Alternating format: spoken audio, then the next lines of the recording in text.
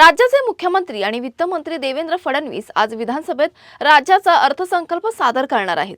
आर्थिक शिस्त राखण्यासाठी कालबाह्य योजना बंद करणं किंवा त्यामध्ये काळानुरूप बदल करण्याचे संकेत या अर्थसंकल्पातून मिळण्याची शक्यता वर्तवली जाते। यंदाचा अर्थसंकल्प मात्र एका मोठ्या राजकीय पोकळीत सादर होतोय।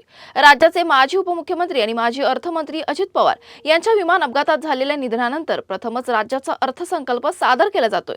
त्यांच्या निधनानंतर वित्तमंत्री पदाची जबाबदारी मुख्यमंत्री देवेंद्र फडणवीस यांनी स्वतःकडे घेतली। दरम्यान राष्ट्रवादी काँग्रेसचे आमदार अमोल मिटकरी यांनी अजित पवार यांच्या अनुपस्थितीबद्दल भावना व्यक्त केल्यात। त्यांनी म्हटलंय की अनेक वर्ष अभ्यासू आणि ठाम नेतृत्वाखाली महाराष्ट्राचा अर्थसंकल्प मांडणाऱ्या अजितदादांची उणीव संपूर्ण राज्याला जाणवेल।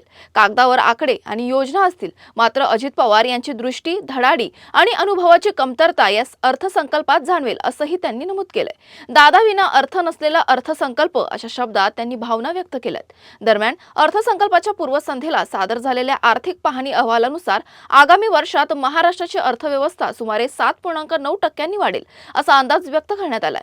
त्यामुळे महायुती सरकारच्या दुसऱ्या अर्थसंकल्पातून राज्यातील विविध घटकांसाठी कोणत्या योजना आणि निर्णयांची घोषणा होणार याकडे संपूर्ण महाराष्ट्राचं लक्ष लागलं आहे।